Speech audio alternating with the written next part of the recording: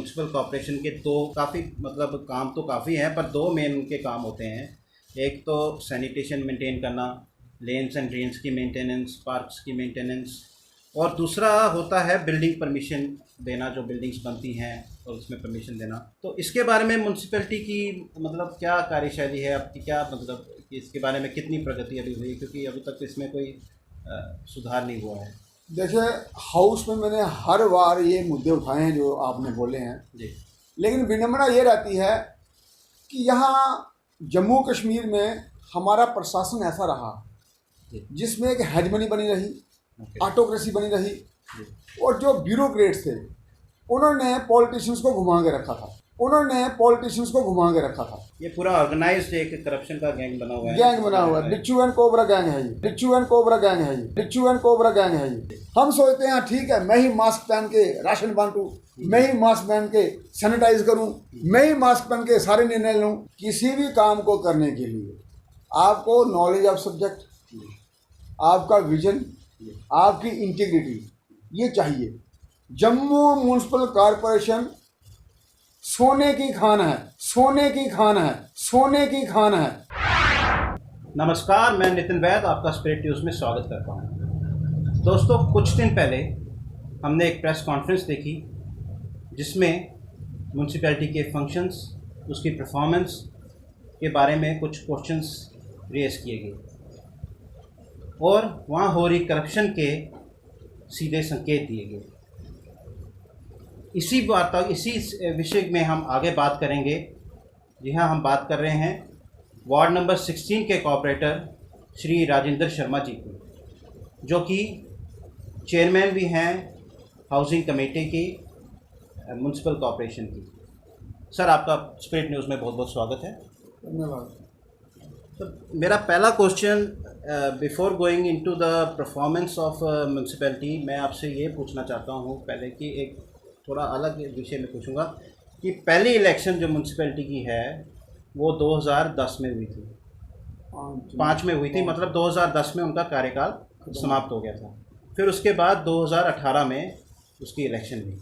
तो ये जो 8 साल का गैप है, क्या ये मतलब आपके इसके बारे में क्या विचार हैं कि ये ठीक है? क्योंकि एक तरफ हम बात करते हैं डिसेंट्रलाइजेशन की of power and equal distribution of funds to the grass root level.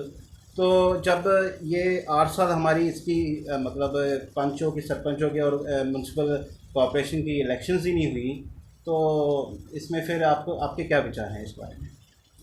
देखिए, हमारे यहाँ पहले 74th अमेंडमेंट लागू नहीं था, अभी भी नहीं है जी, और वो सेंटर में लागू था। 74th अमेंडमेंट में और 73rd अमेंडमेंट में ये लिखा हुआ है, 74th लगता है अर्बन लोकल बॉडीज़ के लिए, और 73rd लगता है रूरल एरियाज़ के लिए, इनके पंच सरपंच की इलेक्शंस के लिए। उसमें ये प्रावधान है कि every state has to held a election after every 5 years। जी, क्योंकि यहाँ 74th अमेंडमेंट लगा नहीं था, ना ही 73rd था, जी, तो वो इलेक्शन का जो दायित्व था वो सरकारों के पास था। तो आपको तो पता ही है, ये छुपी हुई कहानी तो है नहीं। सरकारें अपने मनमान तरीके से काम करती हैं, अगर उनको अच्छा लगा तो चुनाव कराएंगे, अगर नहीं लगा तो नहीं कराएंगे।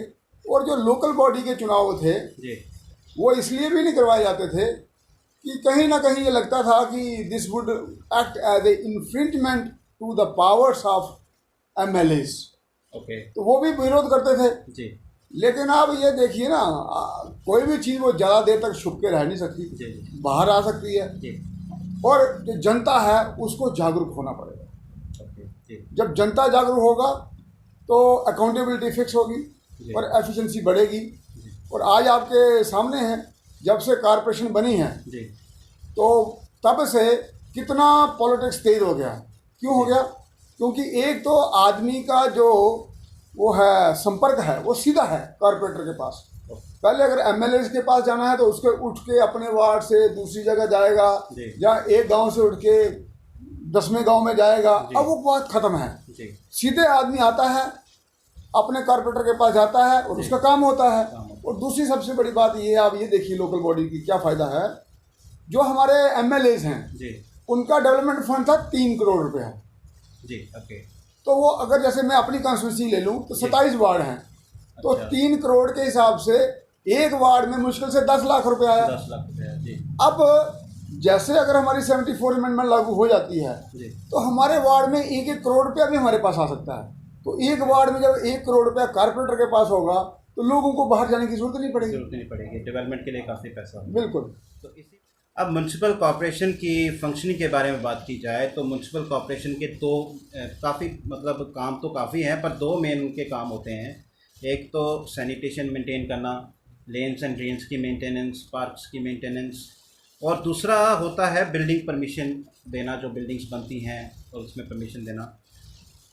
अब सैनिटेशन की बात की जाए तो अभी भी उसमें काफ़ी कार्य करने की ज़रूरत है। देखिए हमारा जो मतलब जो भी डिस्पोज़ल है, सॉलिड डिस्पोज़ल है या जो वेट डिस्पोज़ल है, जो पानी तो सीधा तभी रिवर में ही जा रहा है, और जो सॉलिड वेस्ट डिस्पोज़ल है वो भी हम तभी के किनारे डंप कर देते हैं। एसटीपी प्लांट को बने हुए काफ़ी देर हो गई, बट अभी still it is non functional. तो इसके बारे में म्यूनसिपैलिटी की मतलब क्या कार्यशैली है आपकी, क्या मतलब कि इसके बारे में कितनी प्रगति अभी हुई, क्योंकि अभी तक इसमें कोई सुधार नहीं हुआ है। देखिए हाउस में मैंने हर बार ये मुद्दे उठाए हैं जो आपने बोले हैं जी।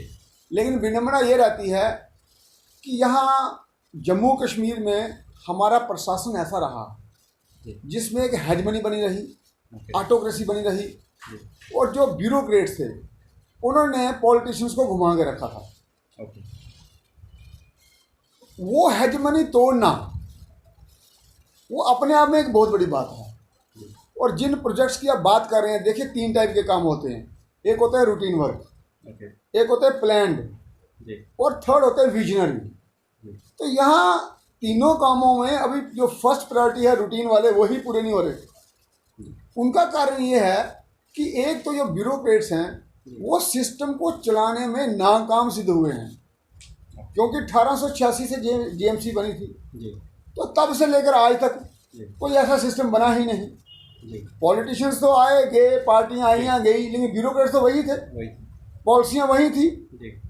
तो उनको इसमें रुचि नहीं है, क्योंकि आम आदमी क्या करता है, आता है, टाइम निकालता है और चला जाता है।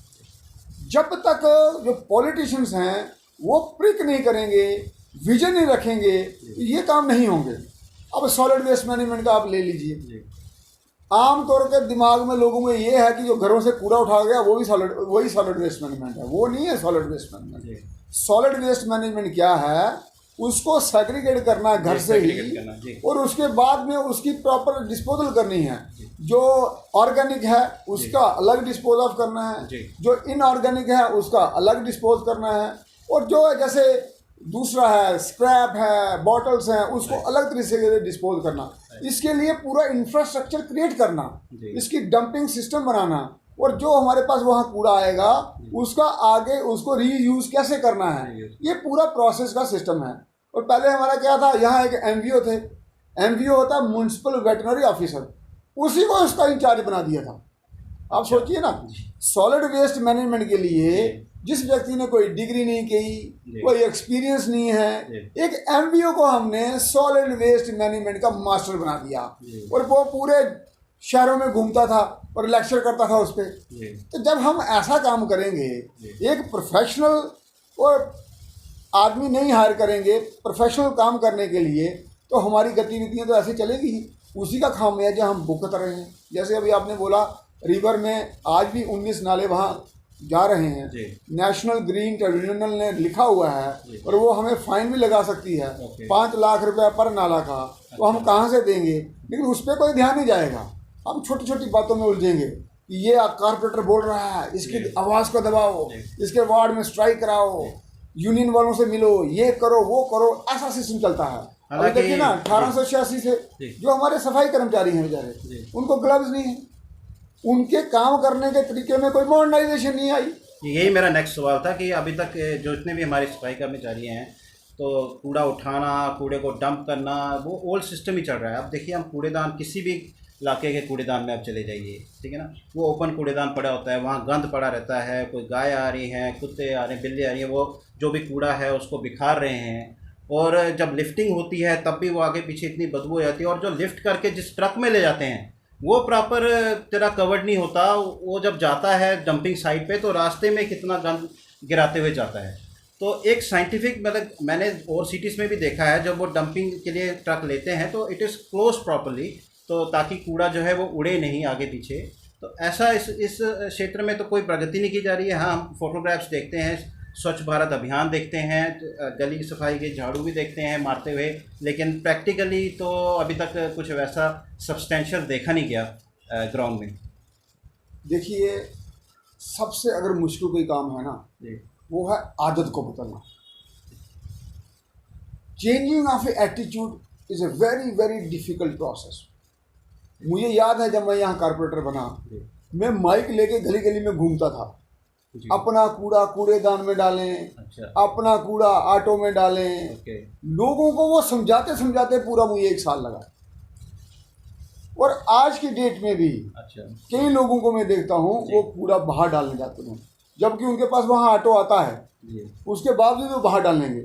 उनको ये सेंस नहीं है कि अगर हम बाहर डालेंगे तो हमें 2 बार काम करना पड़ेगा।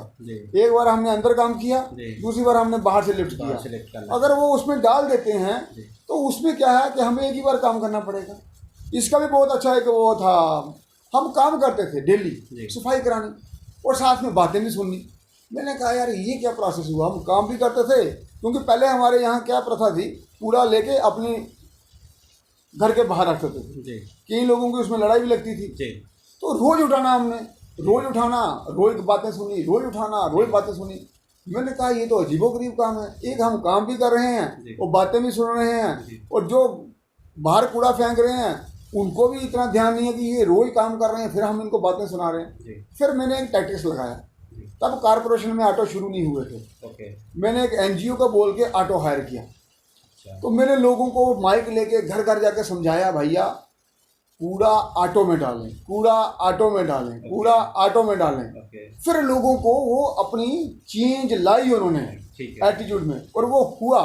आज आप जितने भी वार्ड्स में वो गाने सुन रहे हैं, ये वार्ड नंबर 16 से ही गए हुए हैं सारे। अब इसके के आगे की जो प्रक्रिया है वो अभी पूरी नहीं हुई है। अभी ये जाके बाहर फेंका जाता है मौके पे, मौके से उठा के फिर आगे बंद तालाब में लिया जाता है, बंद तालाब में सीधे आके डंप किया जाता है। उसकी वहाँ कोई सेग्रीगेशन नहीं है, कोई उसकी डिस्पोजिंग ऑफ नहीं है। अब उसमें काम करने की जरूरत है। अब ये काम है, कमिश्नर हम क्यों लाते हैं ऐसे जानकार व्यक्ति कि वो इन कामों में ध्यान दें, लेकिन वो इन कामों में ध्यान नहीं देते, वो और ही कामों में उलझ जाते हैं कि कारपोरेटर की बातें नहीं माननी, जो बोल रहे हैं वो नहीं सुनना, अपनी मनमाने तरीके से बात करनी, जो हमारे स्टैंडिंग कमेटी के चेयरमैन हैं उनकी बात नहीं सुननी, बाकी लोगों की बात नहीं सुननी। मीन्स एक आदमी को ये पता होना चाहिए, either I should be a part of a system or I should be a making a new system. अच्छा, अब एटीट्यूड की बात तो है, एटीट्यूड लोगों को चेंज करना पड़ेगा, काफ़ी चेंज भी हो रहा है। आप कहीं स्टाफ की कमी देखते हैं कि स्टाफ की कॉपरेशन में कमी है, या जो उन्होंने कलेक्शन रखे हुए हैं, कलेक्शन सेंटर रखे हुए हैं मेरे को, या हमारे गली में भी कलेक्शन सेंटर है for maintaining the street lights, वो एक बार स्टाफ आता है, अगर कलेक्शन हो जाती है तो फिर दोबारा अगर किसी ने नहीं दिया कोई, या किसी का घर बंद है वो नहीं दे पाया, तो दोबारा कभी स्टाफ नहीं आएगा लेने के लिए। तो इस तरह से फिर रेवेन्यू कैसे जनरेट होगा? आप इसको देखते हैं कि स्टाफ में भी कमी है, फील्ड में भी कमी है, स्टाफ की कमी है, जिससे ये चीज़ें पूरी तरह इम्प्लीमेंट नहीं हो पाती। देखिए, एक बात आप ध्यान रखिए कि अगर आप ये बोलते हैं कि हाँ हर घर से कूड़ा उठाया जाए, साथ में अगर एक इंडिविजुअल रहे, तो उसके लिए फिर यूज़र चार्जेस भी बढ़ाने पड़ेंगे। देखो, free service is a service to none, मेरा तो ये मानना है। अगर हम अपने मोबाइल का बिल 300 रुपया, 400 रुपया, 500 रुपया, पहले 1000 रुपये भी देते थे, तो यूज़र चार्जेस भी अगर हमने देने हों उसमें हमें घबराना नहीं चाहिए। यहाँ तक अगर 100 रुपया भी यूज़र चार्जेस लगते हैं तो कई बार घबराहट आ जाती है। अगर हम सर्विस मांगते हैं, सर्विस मिलेगी। कारपोरेशन यहाँ फ्री सर्विस के लिए नहीं बैठी है, कारपोरेशन सर्विस देगी, but it will be paid service. हर जगह यही होता है। अगर पेड सर्विस देने के लिए लोग तैयार हैं तो फिर तो कोई भी सर्विस दी जा सकती है। अगर कोई घर में हमारे पिज़्ज़ा देता है तो हम उसको 50 रुपये की पैसे दे देते हैं, लेकिन अगर कूड़े वाला मांगेगा 100 रुपया तो वो हम देने के लिए तैयार नहीं होंगे। तो वैसा हमारा एटीट्यूड नहीं होना चाहिए ना। अब हम आते हैं बिल्डिंग परमिशन के बारे में। देखिए, बिल्डिंग जो हमारे लॉज हैं म्यूनसिपल के, कुछ अगर देखा जाए तो कोई प्रैक्टिकल लॉज नहीं है। कि पीछे आप 3 फुट छोड़ो, आगे इतने फुट जगह छोड़ो। सिटीज़ में आप देख लो आजकल कितने बड़े बड़े प्लॉट हैं, पहले तो छोटे थे। इवन अभी भी 5 मरले का कोई प्लॉट लेके घर बना ले तो वो भी नेमत है। ज़मीनों के रेट इतने बढ़ गए हैं। नॉर्मली जो लोग हैं वो 3 से 5 मरले में लोग घर बनाते हैं, तो उसमें ये लॉस को मेंटेन करना ऑलमोस्ट इम्पॉसिबल है। तो लेकिन घर तो बन रहे हैं। तो ये आपको नहीं लगता कि सीधे सीधे एक करप्शन की इनविटेशन है कि मतलब इंस्पेक्टर से या जो म्यूनसिपल से नक्शा पास कराना है, और ऐसे जो पुराने लॉज को अभी स्टिल रखा हुआ है कि इसमें अमेंडमेंट की ज़रूरत है कि ये लॉज चेंज किया जाए जो कि आज के प्रैक्टिकल सिचुएशन के हिसाब से बने, ताकि जैसे ज़मीन की सिचुएशन अवेलेबल है उस हिसाब से नक्शा पास हो जाए लोगों का आराम से। तो इसमें आप क्या कहेंगे? देखिए, जब जेडीए बना था, जम्मू डेवलपमेंट अथॉरिटी, उसका काम क्या था? उसने लैंड यूज़ को बताना था। लैंड यूज़ का मतलब क्या हुआ? कौन सी जगह पे मकान बनेंगे, कौन सी जगह पे कमर्शियल कम्प्लेक्सेस बनेंगे, कौन सी जगह पे इंस्टीट्यूशंस बनेंगे, कौन सी जगह पे डेयरी फार्म होंगे, कौन सी जगह पे फैक्ट्रीज लगेंगी, कौन सी जगह पे पार्किंग बनेगी, कौन सी जगह पे बाकी स्टेशन बनेंगे। ये काम था जेडीए का, लेकिन उन्होंने ये काम किया नहीं। आप मुझे बताओ ना, आज जम्मू शहर में हमारे पास कितने पार्किंग स्लॉट्स हैं? उसका कारण क्या है कि इन्होंने वो चीज़ें चिन्हित की भी, अगर उसका लैंड यूज डिसयूज हो गया, गलत हो गया।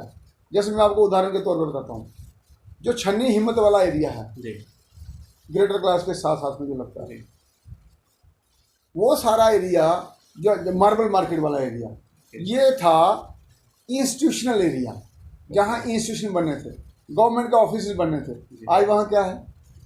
मार्बल ही मार्बल है। Commercial area. इसी प्रकार से जो हमारा आपका ये है, ये गांधीनगर वाला एरिया, अप्सरा रोड एंड ये क्या है? ये हाउसिंग बोर्ड की जगह है, ये सारा रेजिडेंशियल है, लेकिन आज वहाँ कमर्शियल है।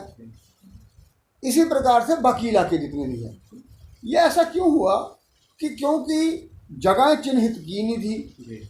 डार्विनियन की थ्योरी है, survival of the fittest and this necessity is a mother of invention. तो लोगों को जहाँ जहाँ व्यापार मिला उन्होंने वहाँ वहाँ दुकान खोल ली, जहाँ जहाँ से लोगों को सामान मिला उन्होंने वहाँ वहाँ से खरीद ली। अब आपके पास ऑप्शन क्या बचती है? जहाँ तो आप पूरा शहर तोड़ दो, जहाँ उसको रेगुलाइज कर दो। दो ही ऑप्शन है, तीसरा ऑप्शन कोई नहीं। हम जनता के नुमाइंदे हैं, हमने जनता को रिलीफ देना है। मैं इस कमेटी का चेयरमैन भी हूँ, पूरा मैंने इसका प्रबंधन रखा है, और इस पूरे तंत्र में करप्शन कहाँ से है, क्या है, पूरा निवारण किया हुआ है कि लोगों को पूरी सहूलत मिलेगी, बड़े सिस्टम से काम होगा। और जैसे हमारी ओल्ड सिटी है, वहाँ 10 फीट से कम वो विड्थ है लेन की, तो वहाँ तो नक्शा पास हो ही नहीं सकता। उनके लिए भी प्रावधान होना चाहिए, क्योंकि ऑप्शन देना जरूरी है। अगर ऑप्शन नहीं देंगे फिर करप्शन होगा। तो जो हमारा साइट प्लान का अप्रूवल का सिस्टम है उसको भी मैंने चेंज किया है। आज की डेट में आदमी जाता है आर्किटेक्ट के पास, आर्किटेक्ट उसको बोलता है भैया तुम कहीं नहीं जाओगे, मैं तुम्हें सारी एनओसी लेके दूंगा, इतने पैसे दे दो, वहीं से सिस्टम चैनल शुरू हो जाता है। उन्होंने आगे अपने आदमी रखे हैं। ये पूरी चीज़ें मेरे ध्यान में हैं, इसको हम सबको चेंज करेंगे। ये पूरा ऑर्गेनाइज्ड एक करप्शन का गैंग बना हुआ है, बिच्छू एंड कोबरा गैंग है ये। एक और चीज़ मैं पूछना चाहूँगा कि नॉर्मल जड़े आमतौर पे जो भी आपके कॉपरेटर्स हैं उनकी रूलिंग पार्टी के छोड़ के इंडिपेंडेंट जो हैं और या कांग्रेस पार्टी के हैं, उनकी तो शिकायत रहती है कि हमारे तो कोई सुनता नहीं, हमारी सुनवाई नहीं है। आप क्या लगता है कि अधिकारी जो कॉरपोरेशन के हैं वो काउंसलर की सुनते हैं या वो अपनी मनमानी करते हैं? जो कोऑर्डिनेशन आपके बीच में आपकी काउंसलर्स की और एम्प्लॉयज़ की है वो किस तरह देखते हैं, वो किस तरह है? देखिए, power grows from the barrel of gun, मेरा तो स्पष्ट मानना है। कोई भी काम कराने के लिए पहले आपको खुद को जानकारी होना बहुत ज़रूरी है, खुद की अथॉरिटी के बारे में मालूम होना बहुत ज़रूरी है, नॉलेज ऑफ सब्जेक्ट होना ज़रूरी है, आपकी खुद की इंटीग्रिटी होना ज़रूरी है। ये सब चीज़ें होंगी तब आपकी सुनवाई होगी। लेकिन इसके साथ साथ मैं ये भी कहूँगा, अभी इलेक्शंस हमारे ये वाले बहुत देर के बाद हुए, अभी ब्यूरोक्रेट्स का भी माइंड उस तरीके से डेवलप नहीं हुआ है कि एक्ट में तो साफ लिखा है कि commissioner has to act under the supervision and control of the mayor and the corporation under section 50। It's very clear. Commissioner has to act under the supervision and control of the corporation and its mayor. उसमें बात सीधी आती है कि जो mayor से direction आएंगी उस पर उनको काम करना है। अंडर सेक्शन 40 पार्ट 14 साफ लिखा है, commissioner is a ex officio secretary of the standing committee chairman. तो बातें क्लियर हैं। अब उस जगह पे जो लोग बैठे हैं, पावरें तो अब उन्होंने यूज करनी है ना कि उनकी चेयर को पावर लगानी है। दूसरा, अधिकारी जो हैं, अधिकारियों को ये देखना है whatever decision has been taken in the corporation that is to be implemented in letter and spirit. और उनको ये निर्णय नहीं लेना है कि जो वहाँ डिसीजन लिए गए हैं कि उसको इम्प्लीमेंट करना है या नहीं करना है। That is not their prerogative. उनका एक ही प्रेरोगेटिव है कमिश्नर का कि अगर कल को कॉरपोरेशन में कोई गलत निर्णय लिया जाता है तो सरकार को बताना, इतना उसका काम है। बाकी जो निर्णय वहाँ लिए जाएं उसके ऊपर ये सोचना कि ये सही है या गलत है, ये उसका काम नहीं है। उसी से सारी प्रॉब्लम आ रही है। अब ये आप देखें ना, ये पैनाडेमिक अभी आया था, ये पूरा सिस्टम जो था पूरे प्रदेशों में बाहर कॉरपोरेशन ने मैनेज किया, लेकिन यहाँ किसने किया? डिस्ट्रिक्ट एडमिनिस्ट्रेशन ने किया। तो कितनी हमें असुविधा हुई। अगर आपको कोई पास चाहिए, कहीं जाना है, तो वो कॉरपोरेशन ने देना था। अभी आपको डीसी के पास जाना पड़ेगा, डीप गांव के पास जाना पड़ेगा, जहाँ एक्सेसिबिलिटी आम लोगों की नहीं है। ऐसे में उसने कॉरपोरेटर के पास जाना था। दूसरा क्या था, कॉरपोरेटर के पास कम से कम 50-100 वॉलंटियर्स रहते हैं, लोगों को खाना पहुंचाना, ठीक है, उनके पास पहुंचना, उनकी दिक्कतें सुनना, दुकानें खुलाना, ये आराम से कॉरपोरेटर कर सकते थे। अभी क्या हुआ, डीसी को बोल दिया जनाब आप मैनेज करो। डीसी के पास स्टाफ ही नहीं है। उसने क्या किया, अलाइड डिपार्टमेंट से स्टाफ लाया, किसी एसडीएम को ले आए, रूरल डेवलपमेंट से ले आए, दूसरे डिपार्टमेंट से ले आए। तो क्या इन सारे डिपार्टमेंट्स का काम सफर नहीं हो गया? हमारे पास जब सिस्टम है, वो क्या है लोकल बॉडी का, उसके थ्रू हम काम करवाते ना। लेकिन हम क्या चाहते हैं, हर चीज़ मेरे पास बनी रहे। We don't want to decentralise our powers. वही दिक्कत है, हमको बड़े मन से काम करना है और काम करवाना होता है, काम करना नहीं होता। हम सोचते हैं ठीक है, मैं ही मास्क पहन के राशन बांटूं, मैं ही मास्क पहन के सैनिटाइज करूं, मैं ही मास्क पहन के सारे निर्णय लूं। उससे क्या होता है, वन मैन शो, एक आदमी कितना काम कर सकता है। लेकिन अगर लोकल बॉडी इंस्टीट्यूशन के द्वारा काम करवाया जाता तो हमें काम करने की ज़रूरत नहीं थी। हमने उसका सिर्फ दिशा निर्देश देने थे, उसके अकॉर्डिंगली वो काम होने थे और लोगों के काम बनने थे। चलिए, अब मैं कुछ फ्यूचर प्रोजेक्ट्स, जैसे जम्मू के स्मार्ट सिटी बनाना, ये बहुत देर से हम सुन रहे हैं, गवर्नमेंट की है। इसमें भी एक बड़ा कन्फ्यूजन है कि smart city project will be done by the municipality और बाय द जेडीए। कुछ जैसे बस स्टैंड का मेजर पार्किंग लॉट बन रहा है, वो जेडीए बना रहा है। म्यूनसिपैलिटी के कुछ पार्किंग लॉट्स थे जो अनफॉर्चुनेटली अब तक शुरू नहीं हुए। एक 35 का था, एक पीप होगा था, जो जिसकी बहुत सख्त ज़रूरत थी, बट अनफॉर्चुनेटली शुरू नहीं हुआ। ये भी एक कन्फ्यूजन है कि सिटी की पूरी मैनेजमेंट जेडीए देख रहा है या म्यूनसिपैलिटी के अधिकार में है, और म्यूनसिपैलिटी के अधिकार में है कुछ, तो वो प्रोजेक्ट क्यों नहीं शुरू हुए, इसका क्या रीज़न है। स्लाटर हाउस का था प्रावधान, उसमें भी कुछ नहीं हुआ, और काफ़ी प्रोजेक्ट्स थे। और मेन तो आजकल हमें जम्मू सिटी में सबसे बड़ी ज़रूरत पार्किंग की है, जिसका अभी तक कोई मतलब सब्सटेंशियल देखा नहीं जा रहा ग्राउंड में। तो इसमें मैंने आपको पहले ही बताया ना जी, किसी भी काम को करने के लिए आपको नॉलेज ऑफ सब्जेक्ट, आपका विजन, आपकी इंटीग्रिटी, ये चाहिए। मुझे थोड़ा किसी ने बोला था कि आप ये कमेटी बनाओ, बिल्डिंग साइट प्लान अप्रूवल की कमेटी बनाओ। मैंने देखा हमारे एक्ट में है, 260 में सेक्शन है कि हम खुद का मास्टर प्लान बना सकते, खुद का प्लान बना सकते हैं, बिल्डिंग प्लान हम खुद का बना सकते हैं। मैंने रेजोल्यूशन लाया, उसकी पहली बार कमेटी बनी, पहली बार कमेटी बनी, हाउस कमेटी। मेरी स्टैंडिंग कमेटी नहीं है, हाउस की कमेटी बनी है, तो मैंने बनाई है। उसकी रिपोर्ट लाएंगे, एलजी साहब से उसका अप्रूवल लेंगे और उसका एसआरओ निकालेंगे, तो इम्प्लीमेंट हो जाएगी। इसी प्रकार से जो आप बाकी चीज़ें बोल रहे हैं वो हो सकती हैं, लेकिन उसके लिए वैसी इच्छा शक्ति चाहिए, वैसा विजन चाहिए। मैं कभी कभी देख के हैरान होता हूँ, आदमी कौन है जी, मेंबर लेजिस्लेटिव असेंबली, काम क्या करा रहा है जी? गली के उद्घाटन। जी ज्ञाति को खुद मार रहा है। जी ऐसे थोड़े हमें चाहिए। MLA is a member legislative assembly, जी। उसको पॉलिसी बनानी है, जी उसको गली नालियों को उद्घाटन नहीं करने हैं, नेम प्लेटें नहीं चिपकानी है वहाँ। लेकिन हमने यही किया। हमने हमको ये देखना है कि हमको पूरे शहर को अच्छी तरीके से कैसे व्यवस्थित करना, जी वो है MLA का काम, राइट पॉलिसी बनाने का। वो होता नहीं। इसी प्रकार से यहाँ अब जब आपने बात की कि जो भी 75 वार्ड हैं जी उसमें जो जुरिडिक्शन है, that is a jurisdiction of A Jammu municipal corporation. ये बात हमें बिल्कुल ध्यान में लानी चाहिए। जो वहाँ एक्टिविटी होगी उसकी रिस्पॉन्सिबिलिटी जम्मू म्यूनसिपल कॉरपोरेशन की है। कॉरपोरेशन अपने स्कूल चलाती हैं, कॉरपोरेशन अपने हॉस्पिटल चलाती हैं, कॉरपोरेशन अपनी ट्रांसपोर्ट चलाती है। इसी पे मैं बात करूँगा। जैसे मुंबई कॉरपोरेशन है दिल्ली का, इनके पास इतने फंड्स हैं कि वो अपने हॉस्पिटल, अपने स्कूल और उनके पास एक्स्ट्रा फंड जो एक्स्ट्रा वो काम करते हैं डेवलपमेंट के लिए। हमारे जम्मू म्यूनसिपल कॉरपोरेशन के पास तो हमेशा फंड्स की शॉर्टेज ही रही है। तो फंड्स लाने के लिए विजन चाहिए ना पहले। यहाँ किसी चीज़ की कमी नहीं है। जम्मू म्यूनसिपल कॉरपोरेशन सोने की खान है, सोने की खान। ओके अब उस सोने से कौन सा गहना बना के आपको किसको बेचना, ये तो आपको देख रहे हैं ना अब। जी और सोने को कैसे निखार देना है, मैं वही तो बोल रहा हूँ आपको। विजन चाहिए, जी एजुकेशन चाहिए, नॉलेज चाहिए, एक्सपोजर चाहिए, खुद की इंटेग्रिटी चाहिए और जनता के प्रति प्यार चाहिए, तभी काम होंगे। ये चीज़ें नहीं होंगी तो हम बातें ही करते रहेंगे, होगा कुछ नहीं। तो इसलिए बोल रहा हूँ ये सब चीज़ें हम यहाँ संभव हैं। वो कॉरपोरेशन क्या, हम बाकी कॉरपोरेशन के लिए भी उदाहरण बन सकते हैं। हमें किसी क्षमता की, किसी चीज़ की कोई कमी नहीं है। कमी है तो सिर्फ विजन की, कमी है एक दृढ़ता की, कमी है नॉलेज की, कमी है एक लगन की, कमी है अप्रोच की।